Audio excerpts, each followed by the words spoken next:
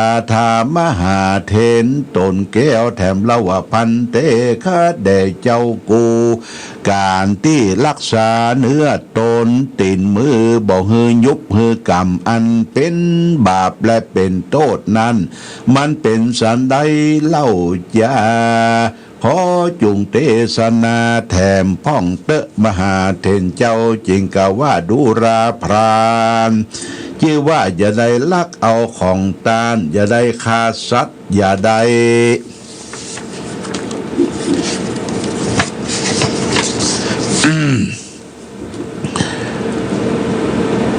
เบียดเบียนสัตว์ตัวน้อยใหญ่ตั้งคนและคนเหนือคนใดใดถึงตุกอย่าได้เล่นยู้สู้ผัวเมียต้านผู้อื่นอย่าได้กินสุรายาเมาอันเป็นหนทางแห่งความประมาทหลงลืมนั้นและรักษาโซ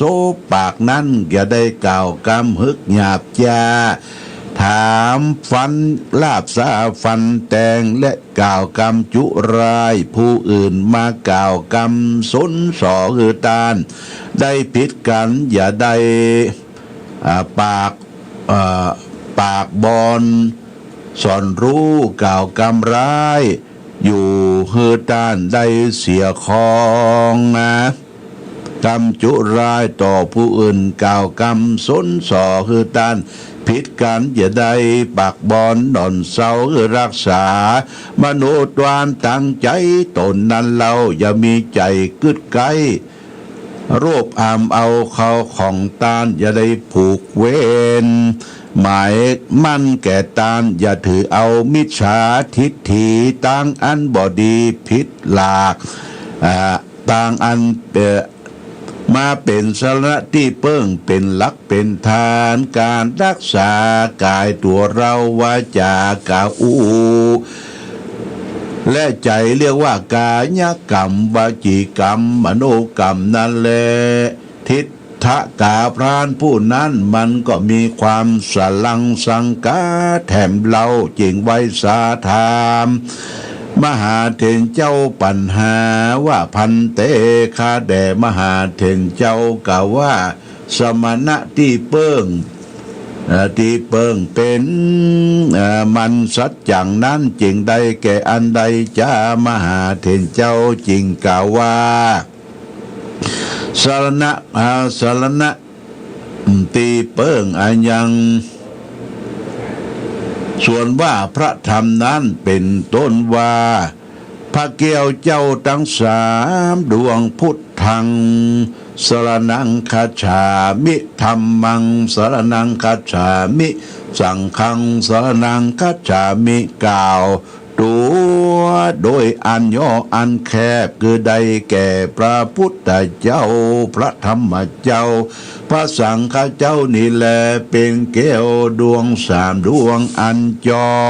ประเสริฐล้ำเลิศกว่าแก้วตั้งมูลในโลกปุกละผู้ใดถือเอาแก้วตั้งสามดวงงามคือพระพุทธเจ้าพระธรรมเจ้าพระสังฆเจ้าเป็นที่เปิ้งอยู่ใจปุกระผู้นั้นจึงได้ถือเอาแก้วดวงพระเสริฐเป็นสารณะแก่ตนได้ชื่อว่าถึงศาสนาคมตั้งสามหัตถกาพรานป่ามันก็เกิดความหลงล่าสังกาแถมเราจริงไว้พระมหากัจจนะเถรเจ้าว่าพันเตคะเดเจ้ากูปัญจศีลังอันว่าศีลห้านี้เป็นจิใดจริงว่าเป็นศีลห้ามหาเถรเจ้าจริงกล่าวว่าเทศนาว่าดูลาอุปาสกะเฮยอันว่าศีลห้านั้นคือเป็นรั้วเป็นเราเป็นเครื่องกันแห่งมนุษย์มนุษย์เจ้ามนุษย์ญาติเมืองคนตั้งยิ่งตั้งใจหลายจุผู้จุคนตั้งใหญ่น้อยผู้เฒ่าผู้แก่และเด็กขาเหมือนห่วงน้ำบ่คือล่วงล้ำกระทำผิดอันเป็นกรรมเป็นเวรนะ เป็น เป็นกรรมเป็นเวรและเป็นบาปเป็นข้อวัดปฏิบัติหือตั้งอยู่ในปกติมีความสุขสำราญตัวนาอันใดอยู่รวมกันเป็นหมู่หลวงลายจึงได้ชื่อว่าศีลอันหนึ่งปานาติปาตาเวละมณีอย่าได้ฆ่าสัตว์ตัวน้อยตัวใหญ่จำลวงลุดไปอย่าได้เบียดเบียนจังฆ่าคนและมนุษย์อตินาธานาเวละมณีอย่าได้โลภเอา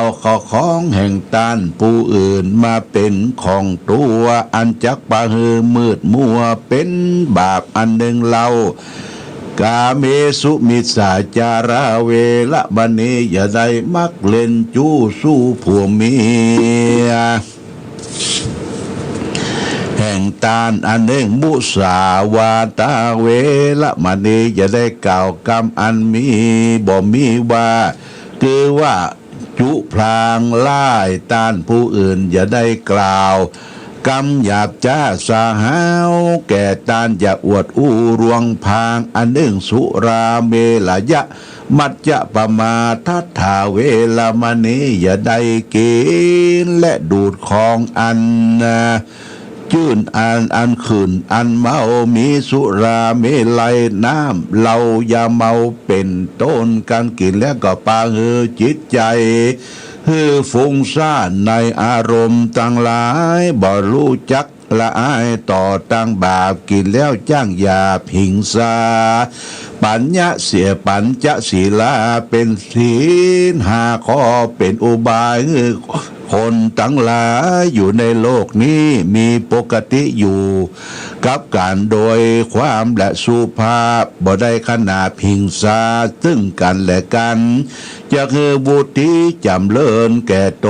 นและผู้อื่นอยู่ระเรินสุขสบายโสหัตถกานามะ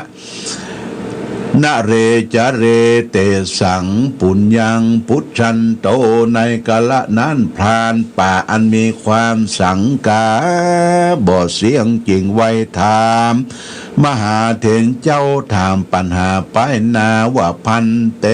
ข้าเดเจ้ากูปาปังอันว่าบาปนั้น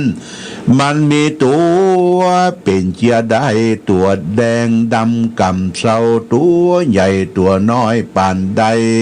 มหาเถรเจ้าจริงกล่าวเทศนาว่าดูราพรานบาปนั้นมันบ่มีตัวต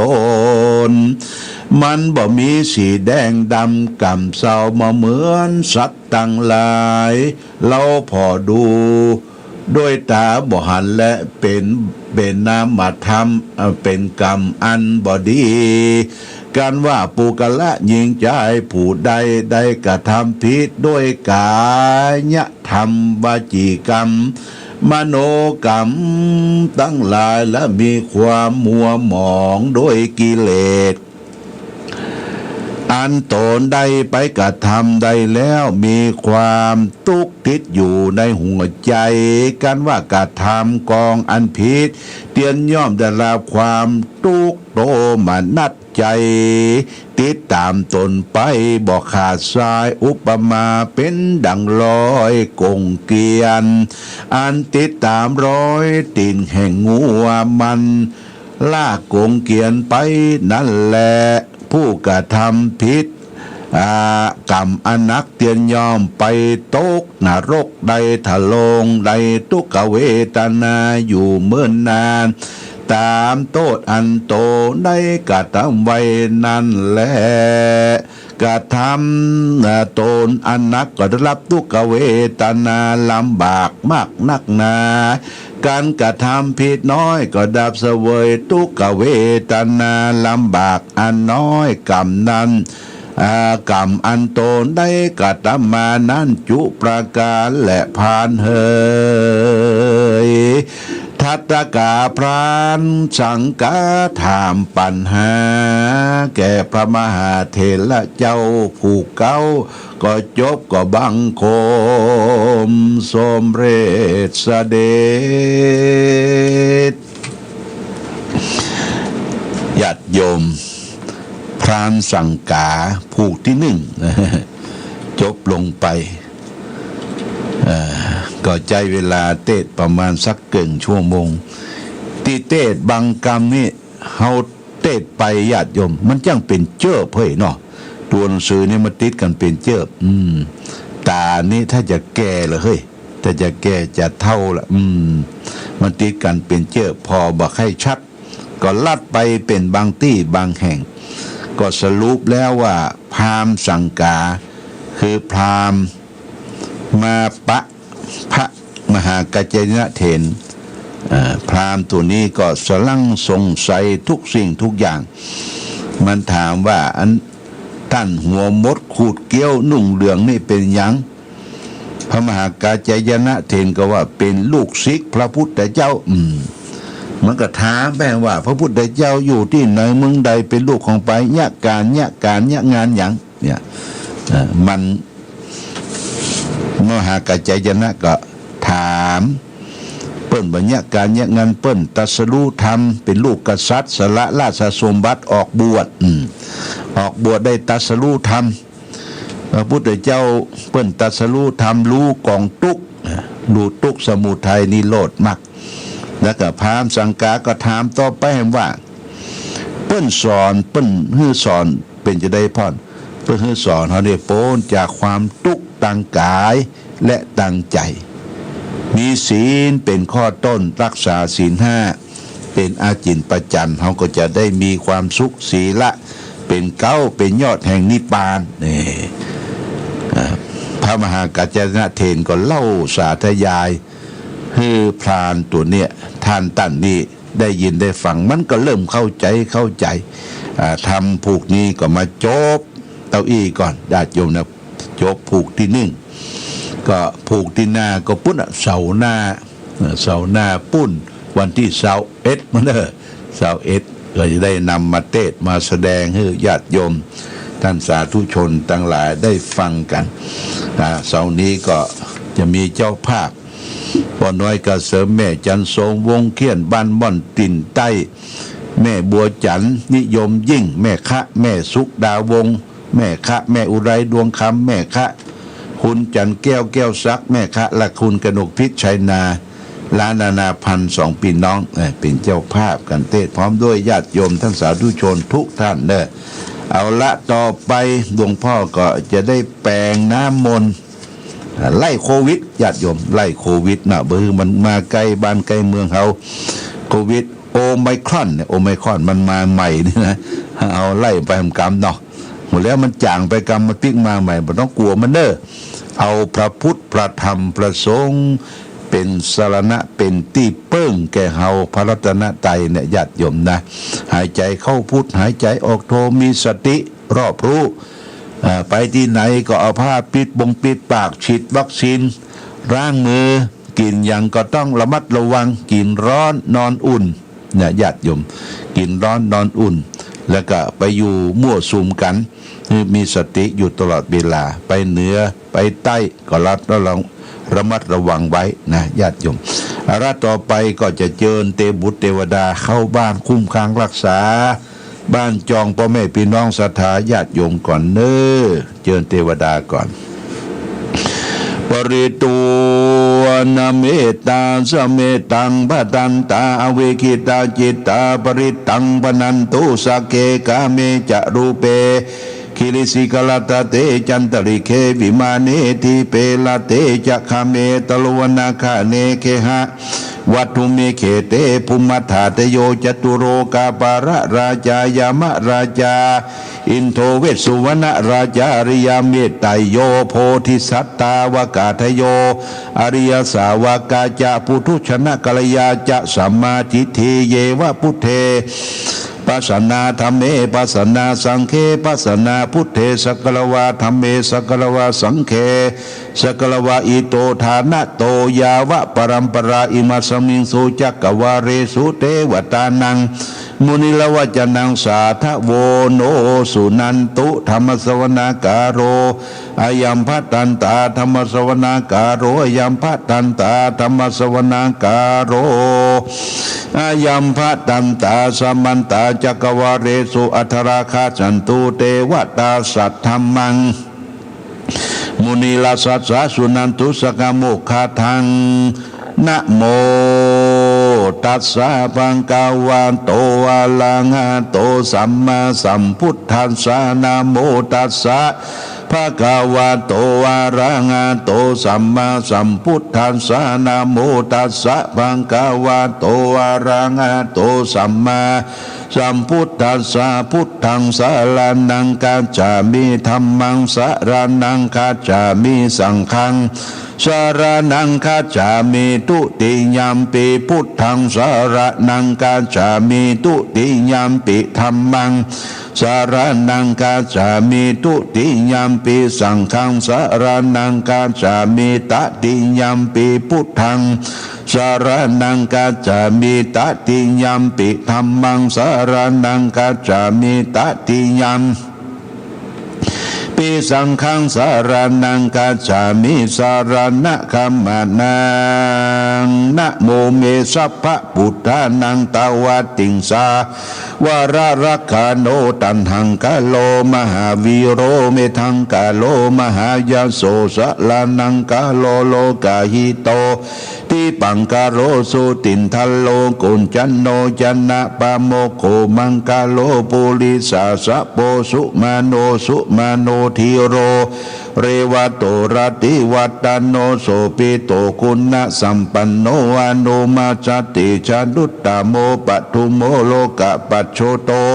นารโตวาราสารติปตุมุตตโลสัตตะสะโลสุเมโตอาคาปุกะโลสุสัตโตสัพพะโลกะโกปิญญาทัสเสนาราสะโพวาทะทัตถิกโรณิโกธรรมะทัตถิตโมนุโธชิตสัตโตวะสมโมโรเกติโตจะ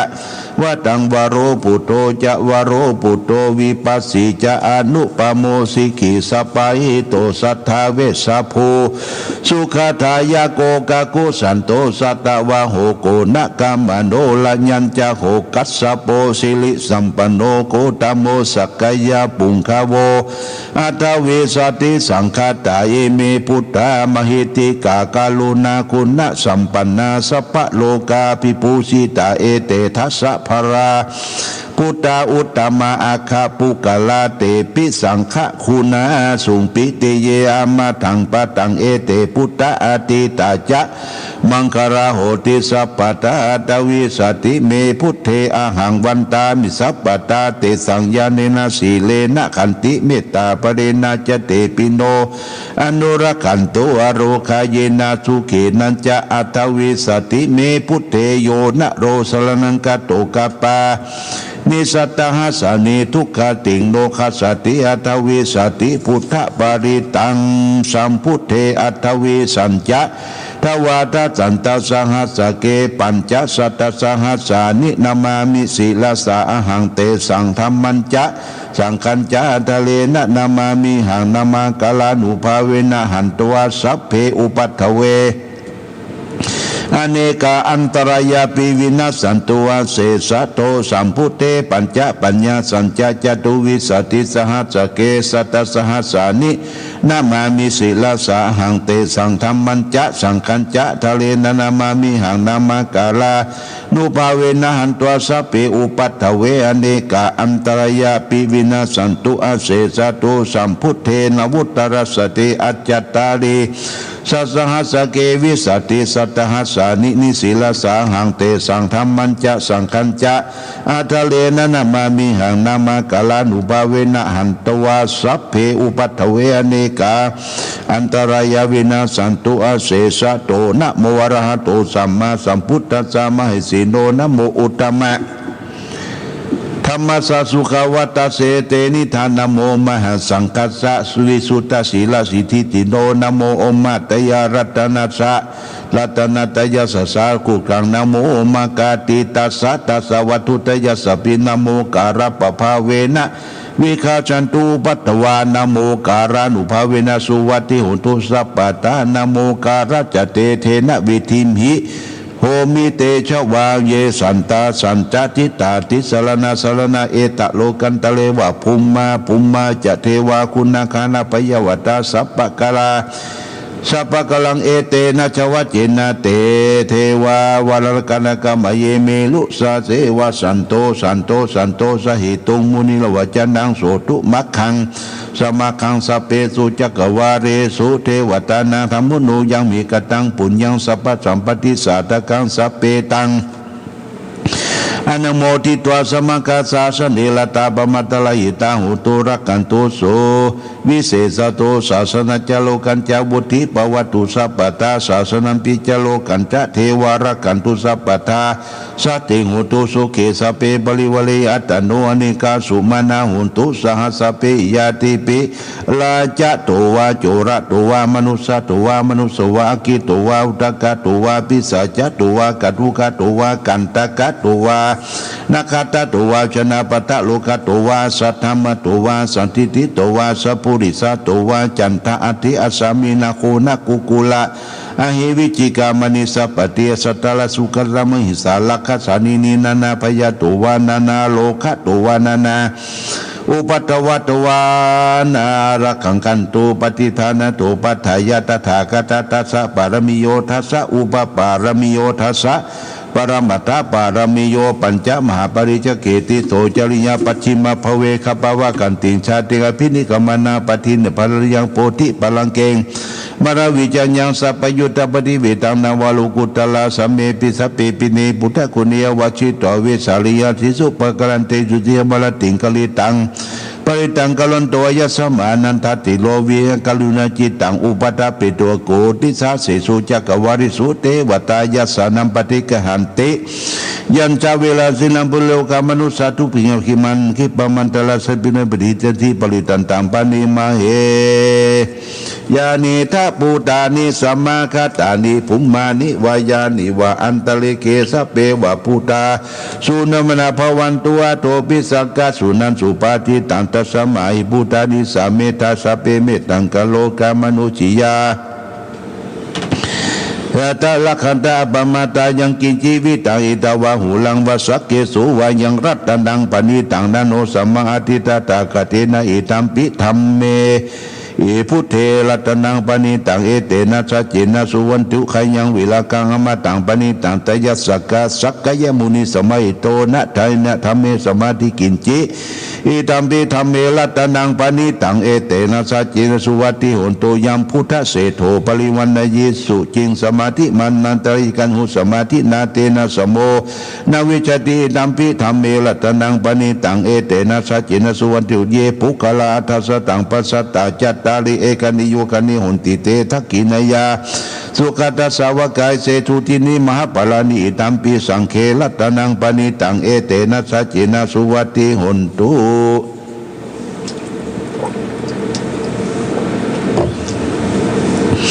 เยสุปยุตตามนาสาทันเยนานิกามิโนโคตมาศาสนามิติปฏิปตามาตังวิการตามุตานิปุติงพุชมานาอิตัมปิสังเครัตนังปณิตังเอเตนะสัจเจนะสุวรรณจุยะถินทักขิโลปเทวิงจิโตสิยาจตุมปิวะเตปิอาสัมปกปิโยจตุมปิสัพพุริสังวัฏามิโยอริยสัจเจนะเวจปัสสติธัมปิสังเครัตนังปณิตังเอเตนะสัจเจนะสุวรรณทิโตเยอริยสัจจานิวิภาวยันติคัมปิเลปัญเยนะสุเปสิตากินจาปิเปโหติผู้พระปมาตานาเตภวังอัฏฐมัทธิยันติอิตัมปิสังเครัตนังปณิตังเอเตนะสัจวัจเจนะสุติเตสหวัชทัสสนะสัมปทายะดายสุธรรมามหิตาภวันติกัสสกยาติติวิจิกิจันติศิลปันติวัติเอียทัตันปิกินจิตโนปะเมเยหิวนะปะพุโตจะสาปิธานิอาภาโภกตุอิธัมปิสังเค รัตนังปณิตังเอเตนะสัจจินสุวรรณจุกินสาบิสุขมังกลุติปาปะกังกะเยนะวาจานะอุทติสัตตาอัฏฐโพโสตัสสะปฏิชายะอภปตาติตาปัฏฐาตาบุตาอิธัมปิสังเครัตนังปณิตังเอเตนะสัจจินสุวรรณจุวนะปะคุมเปยถาปุสติติเอติเกคิมามนะเสปัทมิงคิมเหปทุบมังธรรมวรังอธิสยิอิธัมปิคามิงปรมังหิตายะอิธัมปิพุเทรัตนังปณิตังเอเตนะสัจจินสุวัตตินโตวะโรวะรัญโยวรโรวรหาโรอนุตโรธรรมวรังอาทิสยิอิธัมปิพุเทรัตนังปณิตังเอเตนะสัจจินสุวันตุขีนังปุลานังระวังนัตถิสัมภวังวิรัตติยาติเกภวสเมติขีนาพิจาวิโลนิฉันทานิพันติลียาถายัมปฏิโปอิธัมปิสังเครัตนังปณิตังเอเตนะสัจจินสุวันตุยานิทัพปุตานิสมากตานิภูมานิวายานิอันตริเคตถาคตังเทวมนุสสปุถิตังพุทธนามัสสมาสุวรรณจุยานิทัพปุตานิสมากตานิภูมานิวายานิวอันตริเคตถาคตังเทวมนุสสตังธรรมนามัสสมาสุวรรณจุยานิทัพปุตานิสมากตานิภูมานิวายานิวอันตริเคตถาคตังเทวมนุสสปุถิตังสังฆนามัสสมาสุวัตติหุนตุยะโตหาภคินิยาลิยาชาชาริยาชาโตนาภิชานามามิสัญจิจะปนังชีวิกาวโรเปนะเตนะสุติเตโตโสติกาปะโพสังโฆสติตังคาโตธรรมานังวิจโยตถาวิริยัมปิติปัสสติโพสังฆาจตถาปริสมาธุเบกาโพสังฆาสัตเตเตสัพพะสินามุนินาสมัทธขาตาภาวิตาภาหุลิกตาสังวัตตันติอภิญญายานิพานายาจะโพธิยาเอเตนะจัจวัจจินะสุติเตตุสัพพตาเอกัสสมิงสมัยเยนะโถโมคาลานะกัสสโปกัสสปังกิลเนทุเกเตทิตัวโพสังเกสัทธะเทสดิเตจตังอภินันติวโลกามุจิงสุตังคเนเอเตนะสัจวัจจินะสุติเตตุสัพพตาเอกคาธรรมราชาปิเคลันเยนาปิปิริโตจุนทัตเถเรนะตันเจวะปนะปิตัวนะสัตลังสมโมทิวจาปตาตัมหาวุธาทิธานะโสเอเตนะสัจวัจจินะสุติเตตุสัพพตาปหินาเตจะอาปตาตินันนัมปิมหิสินังมัคคาหตกิเลวะปัตตานุปติธรรมตังเอเตนะจัจวัจจินะสุติเตหุนตุสัพพทายันตุนิมิตังอวมังคลัญจะจามนาโพสกุณาสัสสะตุวะปะกะโหตุสุปินังกันตังพุทธานุภาวินาวินาสมินตุยันตุนิมิตังอวมังคลัญจามนาโพสกุณาสัสสะตุวะปะกะโหตุสุปินังกันตังธรรมานุภาวินาวินาสมินตุยันตุนิมิตังอวมังคลัญจามนาโพสกุณาสัสสะตุวะปะกะโหตุสุปินังกันตังสังฆานุภาวินาวินาสมินตุมหากรุณิโกนาโถอิตายาสัพพปนินังปุเรตวาปานิมิสัพพปะโตสัมโพธิมุตตมังเอเตนะสัจวัจจินะโหติเตสมังสมังกลังไสยันโตโพธิยมุเลสักยานันเนเทวกันโดเอวังตวงวิจโยวิจัยสุสัยมังกะเลียปะละชิตตะปะเลเกสีเสปะทวีบุคเลียปิสิกสัพพปุตานังอาคาปโตบโมตติสุนักตังสุมังกลังสุปปะตังสุเตงสุขันโนสมุโตจะสุจิตังพระมัจจริสุปะทะกินังกายกัมมังวาจากัมมังปะทะกินังมโนกัมมังปณิดิเตปะทะกินานิกัตวันนลปันเตปะทะกิเน